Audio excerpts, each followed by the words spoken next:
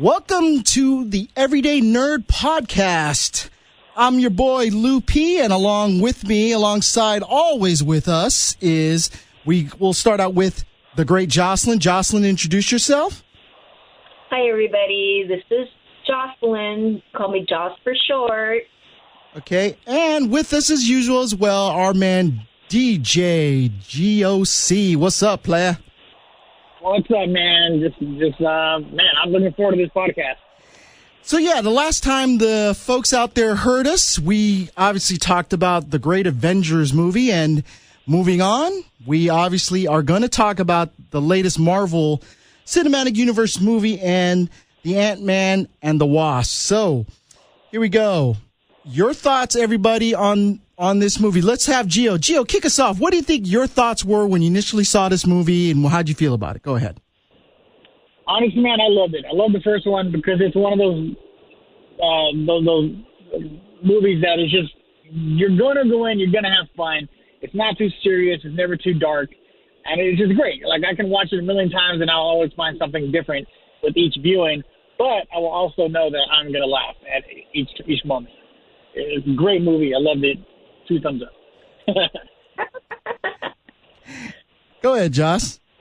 Okay, so overall, my thoughts. I always thought it was just so much fun, lighthearted, and I just felt it was just a nice, fresh page from the Infinity War movie from where we left off. So I felt it was just, like a nice breath of fresh air. And I just loved how they, further developed with the character of Hope as Wasp. And I loved her fight scenes. Her fight scenes were definitely on point. And she's just a force to be reckoned with. She's so intelligent. She brings like a nice, sharp edge to Scott and just the overall movie. I just loved her character. So that's just how I view it. But overall, it was just like a nice, fresh movie. I'm glad you mentioned Hope. She's another strong female character that the Marvel Cinematic Universe is introducing to her. I mean, we first saw a little bit of her in the first Ant-Man movie, but obviously in this one, we got to see her just doing so many amazing things. Even the line that Scott Lang said, "Oh, wow, you equipped her with this? Oh, you must not have had it when I was around." I go, "No, I did." So you just got to love the fact that you saw, like you both have mentioned, the character development. And Joss, excellent point. Coming out of Avengers Infinity War, Marvel needed a movie like this to kind of like, hey, it's not doom and gloom. Here's, hey, we got some fun stuff here too. And that's what I loved about this movie. It wasn't so campy.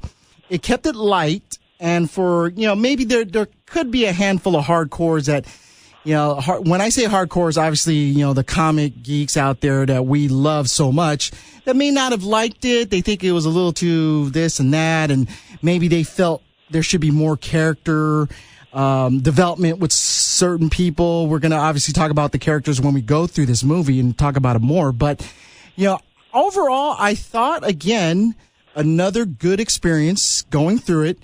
Watching the movie, it was just an excellent experience. And just, hey, it was fun. The word fun is what, to me, summed it up. And like, Josh, you said it.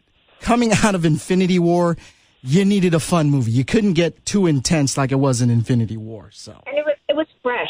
That's just, I think it was, even if I use the word refreshing, it was just, it was refreshing. It was just, with Infinity War, there was just a lot of heaviness and so much content that we were, us as viewers, we were just kind of like settled with and just wondering, okay, now what's happening? But with this Ant-Man, it was just like a nice palate cleanser, if that's a great metaphor to say. Yes. And I like that. Yeah, thank you so much. But it was, it just like cleansed our palate so that, okay, you know what, this is a nice kind of like recheck.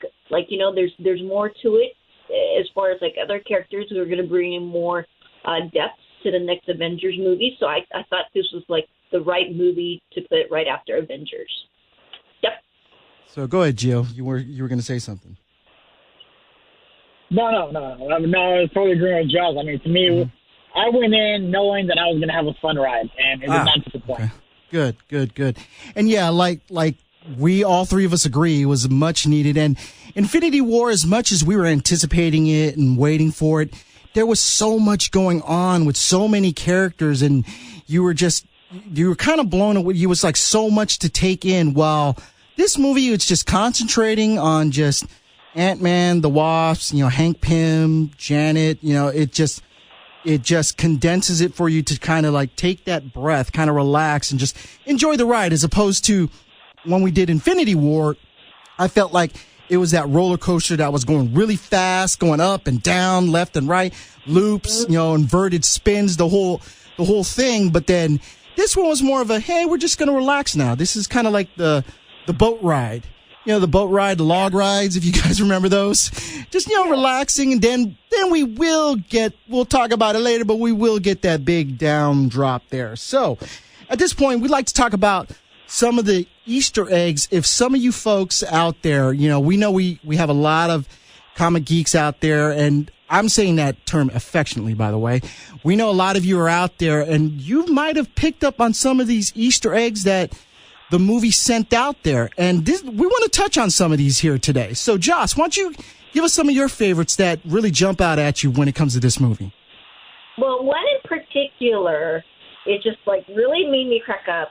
And, I guess it's like dating my age and our age, but like when Lewis, when that character, he comes, and it's just before that major fight scene. I think he's in his purple roadster, and so the team's about to meet up, or they're about to fight, and so he drives up right next to Hope in her van, and he goes, "What's that?"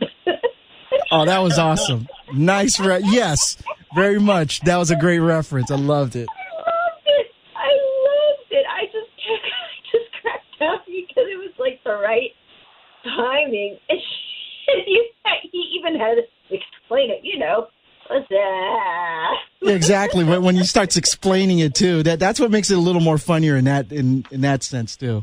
But I loved his character. I mean, let me talk about Luis real quick. So, I just thought he was just such a great comic relief. I mean, they're all funny, but his comedic timing is just hysterical, especially when, the bad guy, Walter Goggins, and so Luis, he got caught because he was on his way headed to get Scott to sign off some papers. So he was trying to handle the company, the business, and so he got kidnapped, and then he got injected with, truth serum, even though those guys says, no, it's not truth serum, but it is truth serum. And then, the question was, he just wanted to know, where is Scott Lang? But then I loved how, with this movie, as what they did with the first one, then Lewis starts doing his storytelling, and it's just, he's almost like vomiting. He's almost like vomiting, yes, just a whole life story. But the way he does it, and then the way they portray it with, with the way he enunciates the words, and then the characters, hey, man, where's Scott? I don't know. But, he was, dealing with the divorce back then. Yeah, that was good stuff. And then you see the characters, and they're just, talking about him. It just cracked me up. I just thought it was just so funny. So those are my highlights, and that's just the one Easter egg that I think just, really sticks with me. Good stuff, Joss. Good stuff. Gio, what jumped out at you when you noticed when you're watching the movie? Because I know you have much knowledge of the Marvel Universe, so obviously watching this movie, I'm assuming things you saw really jumped out at you immediately. What were some of the ones that really jumped out for you? Honestly, I like touching on what Johnson. I love Michael Pena's character. I feel like he brought a lot to the movie. I'm always looking forward to his scenes, but the one thing that I was looking forward to and interested in seeing how they would portray Ghost, and I was pleased, because Ghost is such a, you either know about him or you don't. Well, first of all, it's a woman in the MCU, which is cool. I like that. But one thing that I was really trying to figure out how they would do it, because I like how they kind of combine all the universes with Agents of S.H.I.E.L.D., where she was trained by S.H.I.E.L.D. Yes. And, and all that. I just really like how they do the character. Now, for me to be nitpicky, I am kind of surprised, why did they not bring her up during any of the other Marvel, the Agents of S.H.I.E.L.D. show? But, that's just me being nitpicky, but I really like the Ghost character. I love Michael Pena. Just like I said, it was just a great overall movie, and I loved it, man. I mean, I would watch it 3 million times. Okay, for me, some of the Easter eggs that stuck out to me was, okay, so when we all saw Infinity War, the two questions were, well, where's Hawkeye and the Ant-Man? And, we were like wondering, well, where are these guys? And they summed it up with, oh, well, they're under house arrest. They made a deal with the government. And what's cool about it is we now see the exact time when this movie occurs. So it answers the question, why wasn't Scott Lang available for the Infinity War? Well, the events that we're seeing in this movie was when the Infinity War was happening. See, so, which is kind of interesting. I mean, I was kind of waiting, honestly, guys, I was kind of waiting for maybe like the news would say, hey, there's a big alien spacecraft in New York City or something. I was kind of waiting for something like that, but maybe they didn't want to show their hand too much. I was thinking if they would have done something like that, then it would have kind of, okay, we get what's going on now, what timeline we're on. But obviously, when we're going to talk, about the post-credit scene, we figure out when this all occurred then. See? And here's another interesting point, the fact that, we're talking about the quantum realm. And there's something interesting that they're going to force, that there's a lot of guesses that we could come up with. We'll talk about that in the conclusion of our podcast here. But what's interesting is that there's a lot of things going on here with Scott Lang. That's what I liked about this movie, too. Being that it was the relaxing ride, you kind of got, again, it's sort of like if you are a comic book reader and you read the main storyline, it's like a side issue that coincides with the story. And that's what I felt about this movie. I said, wow, it's like I'm reading an issue of what the big crossover event is in the comic world, but we're seeing it in movie form. So that's what kind of impressed me about the movie in that term. So we have an idea when this is taking place. It answers the question about where Scott Lang was for Infinity War. And obviously when the movie starts, we notice that, he's not exactly in the greatest terms with Hank Pym. Because obviously he stole that suit as opposed to they let him borrow it or they let him use it. They let him, that's funny how they were poking fun at him like, oh, it's Cap, are you going to go now? Type of thing, I love that how they reference another character that we all know about. And so it kind of perks you up like, ooh, they mentioned Captain America, type of thing. And that's what I really liked about it. It just kept you, kept you going that, hey, refer back to that main storyline in Infinity War, but we got this story going on here. So, looking at it. He was on house arrest for 3 years? Yes, see, exactly. So that whole time period, he couldn't jump. He couldn't join them anyway. Even if he wanted to, I think, guys, he couldn't do it. See, so that really answered the question of why he wasn't there. And, that's great. We think back to Infinity War about how, oh, wow, there's an Ant-Man now and there's this guy now. And, so was it Banner who said that when he first came back? Like, wait, who are all these people now? Who are these new Avengers type of thing, which is kind of interesting. Yeah.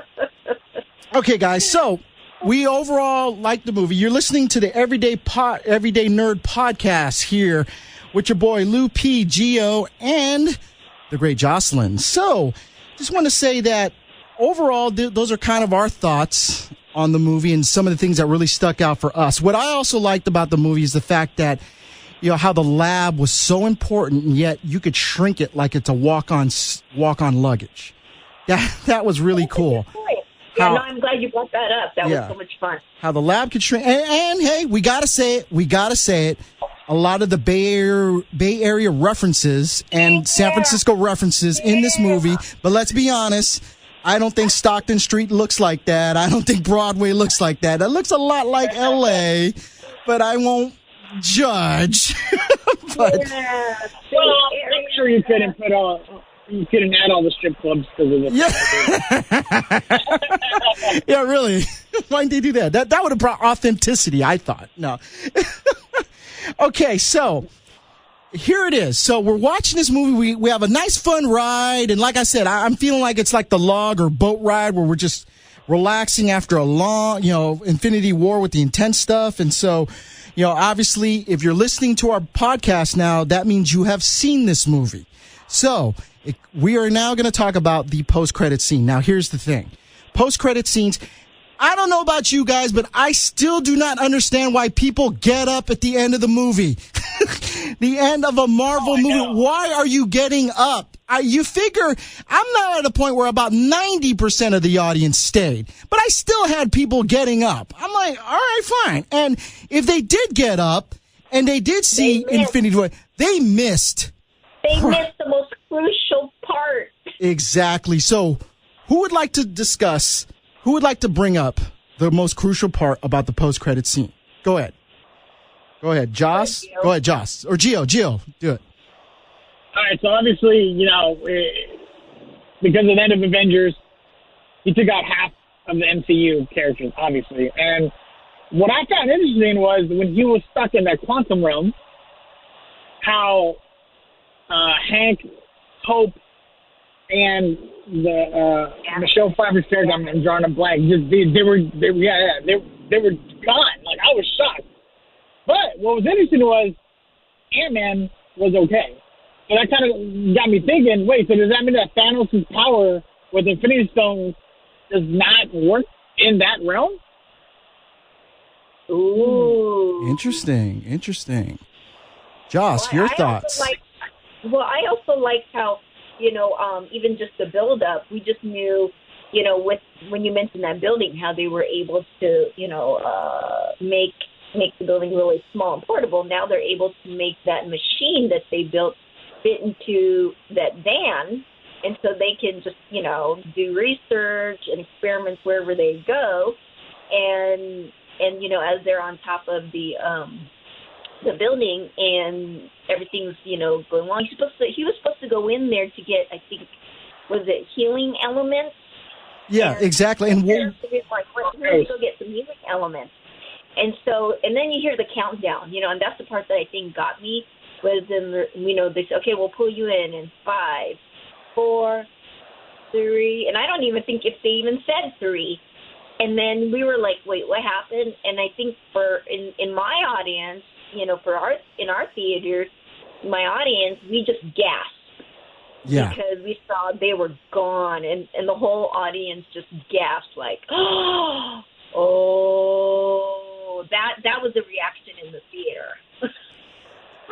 That was mine too. I was like, well, it was like, and like I said, I'm talking about this boat ride, you're just cruising along and boom, there was the big drop. And it's like, whoa. And that's what it is. You immediately got that intense feeling you got when you walked out of Infinity War. Like I said, you had a nice, relaxing, fun ride, but oh, by the way, this is what's going on. And man, that was pretty interesting how, just like you, my crowd reaction was just a lot of gasping too. They were like, "Wow!" And then it registered to me because I go, they have to somehow link it in. And I wasn't shocked when I saw them dissolve, the burning ash. I knew exactly what happened. Yeah. So, with that being said, let's come up with some thoughts on how now this affects next year in 2019 when it comes to the Marvel Cinematic Universe. Obviously, the two movies that we know coming out is Captain Marvel and, of course, the Avengers. That's the two we know for sure. Now, here's my thought, and again, I always throw out it's conspiracy theory on me. I always have to throw it out there. But, being that Scott Lang is caught in the quantum realm, okay? Yeah. I'm just thinking off the top of my head, this was the first thing that I thought of was he's caught in the quantum realm. Who's smart enough to get him out of there?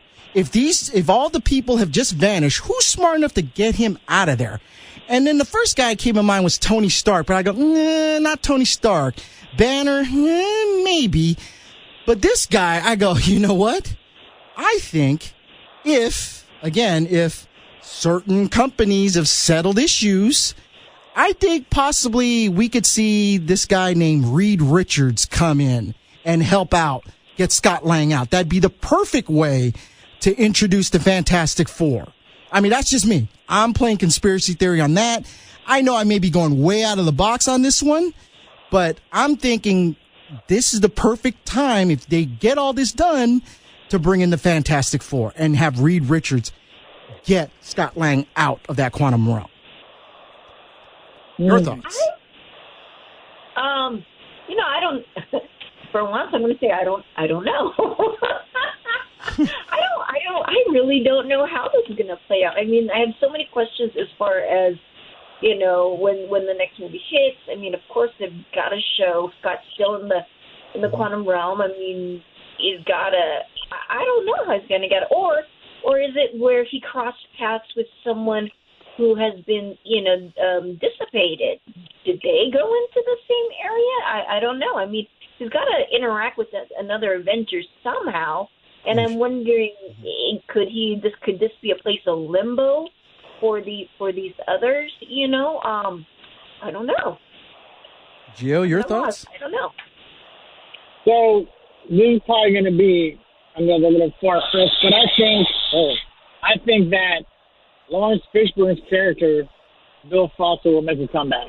Because you got to remember, they were trying to track down the machine, and if it wasn't for Lawrence Fishburne and his suggestion, they would have never tracked it down. That's true. But then how would Lawrence... my question is, how would he know? I mean, I guess he would know that he's missing, that Pym is missing. Because remember, he's missing. He can track down the machine, which is still active, because they disappeared, not the machine. Yes, so maybe he's like, hey, true. What's going on? Something's not right. Track it down and realize he's in another realm. I think out of all our picks, I think Gio might be onto it. I think that could be it. Because I think you're right. We noticed at the end of the movie how Ghost basically told Lawrence Fishburne's character, or otherwise known as Goliath, that, hey, just go. And I could see if he was one of the ones that wasn't turned to ash, I could see him possibly, and come on, we're talking about Lawrence Fishburne, so he's obviously a great actor, so I could see that happening. So I like it, guys. I really like it. So here it is. I like that. So going into it, ladies and gentlemen, that was our review for Ant-Man and the Wasp. We'd love to hear your comments. If you thought we were just totally out of it, or if you totally agree with us, please leave comments, and we'd really appreciate hearing from all of you out there here on the Everyday Nerd Podcast. And we enjoy doing this for you. We have fun doing it. You can tell we're all smiles here and everything. So everybody, just please leave your comments. And if anybody would like to close it out, Gio will go first, and then Jocelyn. Go right ahead, Gio. To me, man, I love the movie. It's great. I love all the characters. It's very lighthearted, very fun, family friendly, but great for even older comic geeks that are very particular. I'm just looking forward to it, man. Everything is just all intertwined, and it's not in a messy way. DC, it makes sense. So definitely looking forward to seeing how they're going to move forward in the future with this franchise. Okay, Joss. I mean, overall, I just think with any of the Marvel, all the characters and the casting, I got to give it up to the casting. I mean, for every single character, the actor or actresses that they pick is just on point. They just bring so much different elements. I just want to quickly mention and just give a shout out to Jimmy Woo. The actor who plays the dad on Fresh Off the Boat, and his character. Loved him. It's just this movie. Any Marvel movie is just so entertaining, and I loved it. I mean, so far I can't name, well, we probably could name a Marvel movie we didn't like, but for the most part, this is, above the water. I like it. Exactly. So maybe for a future show, we may do something like that. So you folks stay tuned for that one. Me personally, I enjoy whatever the MCU is putting out there. I'm literally just throwing my money, letting Disney just cha-chinging with guys like me. I'm not afraid to admit that, but just looking forward to next year for Captain Marvel, how we get Captain Marvel involved in all this. And of course, so excited. We will see the ending of what happens to Thanos and everybody at the Avengers for next year. So for Jocelyn, say goodbye. Okay, so hey everyone, if you want to follow me, you can subscribe to my YouTube channel called Jocelyn RP. And if you just want to follow my daily blogs and postings, I'm on Instagram and Facebook. Watch Jocelyn RP channel. Gio? Cool, man. Yeah, no, I don't really have much of a website. I guess, just my regular DJ one, djgoc.com. I got free mixes and all sorts of goodies for you up there. So definitely keep it logged in for future blogs and posts and all that awesome stuff from the Everyday Nerd. Gio, talk about our Facebook page. Yes. Oh, yeah, and also, so make sure to hit us up on the Facebook page at Everyday Nerd Podcast. We're going to have updated blogs, videos, and all sorts of other cool little trivia for you to just kind of browse and get to know us better as well on a one-on-one basis. Perfect. So you heard him. You heard him, everybody out there. Everyday Nerd. Hit us up over on Facebook. We'd love to hear from all of you out there. For your man, Lou P. out here, I'd like to say thank you for listening to our podcast. Till next time.